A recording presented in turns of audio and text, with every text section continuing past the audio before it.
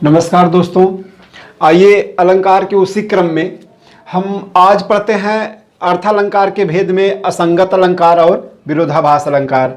ये दोनों एक साथ इसलिए लिया गया क्योंकि दोनों में बहुत सूक्ष्म अंतर है, दोनों में बारीकियां बहुत हैं, गलती हो जाती है दोनों में अक्सर कि असंगत है, एक विरोधाभास है। उसको हम स्पष्ट करेंगे, पूरा वीडियो अंत तक जरूर देखिएगा, पूरी तरीके से एकदम स्पष्ट हो जाएगा कि विरोधाभास कहाँ है और असंगत कहाँ है।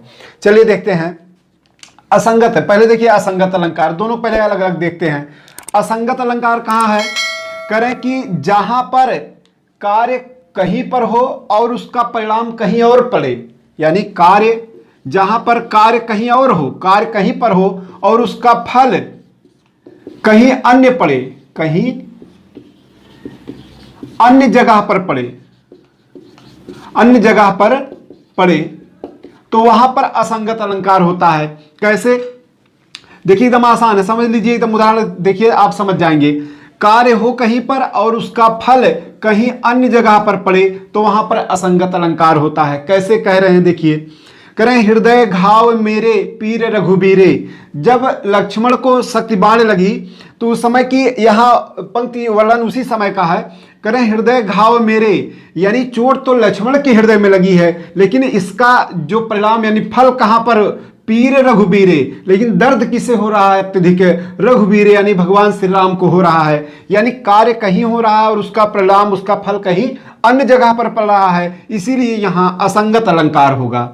अगला देखिए, लिखा गया दृग ऊर्जत टूटत कुटुंब जुरत चतुर चित प्रीत परति गाठ दुर्जन हिये दई नई यह रीत। इसमें देखिए क्या करें, दृग ऊर्जत यानी मिलते कौन है? दृग माने नेत्र मिलते हैं, और टूटता कौन है? परिवार, यानी कार्य कहीं हो रहा है और उसका परिणाम कहीं पड़ रहा है। जुरत चतुर चित प्रीत, कह रहे हैं कि जुड़ता है चतुर यानी प्रेमी और प्रेमिका के हृदय एक दूसरे से मिलते जुड़ते हैं, और लेकिन जुड़ रहा है प्रेमी और प्रेमिका का हृदय, और गांठ कहाँ पड़ रहा है? परति गांठ दुर्जन हिये, और लेकिन गांठ दुष्टों के हृदय में पड़ रहा है। यानी कार्य यहां हो रहा है और उसका फल, उसका परिणाम दुष्टों के हृदय में पड़ रहा है। तो इसीलिए ये कह रहे हैं कि दई नई यह रीत है, हे ईश्वर यह कैसी नई रीत है।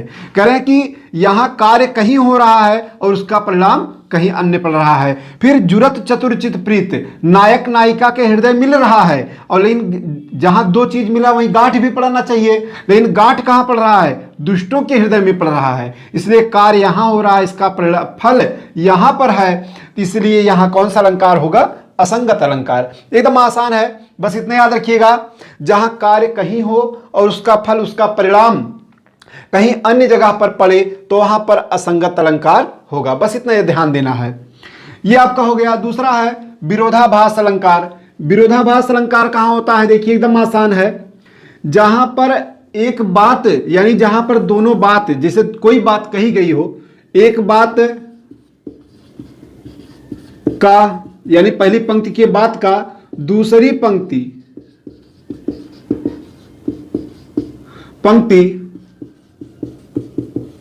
विरोध आभास कराए,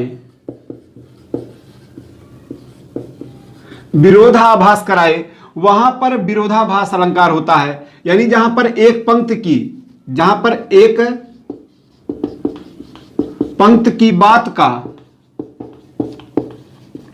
दूसरी पंक्ति विरोधाभास कराए, वहां पर विरोधाभास अलंकार होता है। यहां कार्य कहीं और, कहीं परिणाम कहीं और नहीं है, केवल विरोध है। यानी जो शब्द आएंगे पंक्ति में वो आपस में विरोध स्पष्ट कराएंगे। जैसे लिखा गया सुलगी अनुराग की आग वहां, कह रहे हैं कि प्रेम रूपी आग वहीं पर सुलग पड़ी।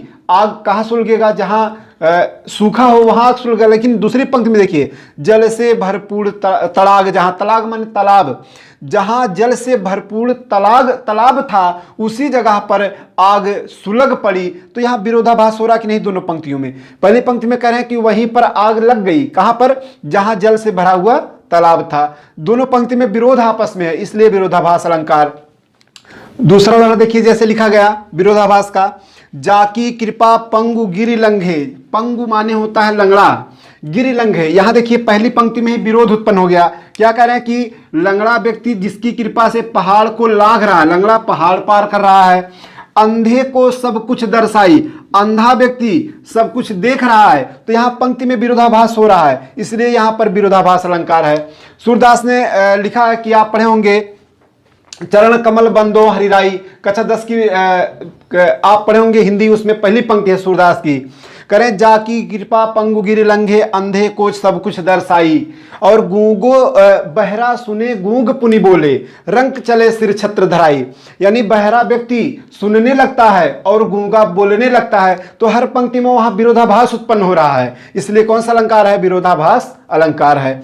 यह आपको हो गया। और एक है, जैसे उदाहरण लिखा गया, बिहारी जी कहते हैं, या अनुरागी चित्त की गति समुझे नहीं कोई, ज्यों ज्यों डूबे श्याम रंग त्यों त्यों उज्जवल होई। यहां देखिए दूसरी पंक्ति में विरोध क्या है? श्याम माने होता है काला, करे कि जैसे जैसे वह श्याम रंग में डूब रहा है त्यों त्यों क्या हो रहा? उज्जवल। क्या कोई भी वस्तु काले रंग में डुबोने पर वह उज्जवल होगा? नहीं हो सकता। इसलिए पंक्ति में विरोधाभास अलंकार। कैसे? क्योंकि दोनों श्याम रंग में डूबने पे उज्जवल हो रहा है, इसलिए यहां कौन सा अलंकार होगा? विरोधाभास अलंकार होगा। एकदम आसान है, कोई दिक्कत नहीं होगा। दोनों में सूक्ष्म अंतर अब देखिए क्या है, बस इतने ध्यान देना। यहां पर किसी कार्य कहीं हो और उसका फल परिणाम कहीं अन्य जगह पर पड़े तो वहां असंगत अलंकार। यहां पर एक पंक्ति में जो बात कही गई हो, फिर उसी बात का विरोध दूसरे पंक्ति के माध्यम से जब दिखे तो वहां पर विरोधाभास अलंकार होगा। बस इतने सूक्ष्म अंतर है और कोई अंतर नहीं है, बहुत आसान है, कभी गलत होगा नहीं। केवल आप उदाहरणों को विशेष ध्यान दीजिएगा, परीक्षाओं में यही उदाहरण आपको मिल सकते हैं, तो कोई दिक्कत नहीं होगी। फिर मिलते हैं अगले अलंकार में, तब तक के लिए नमस्कार।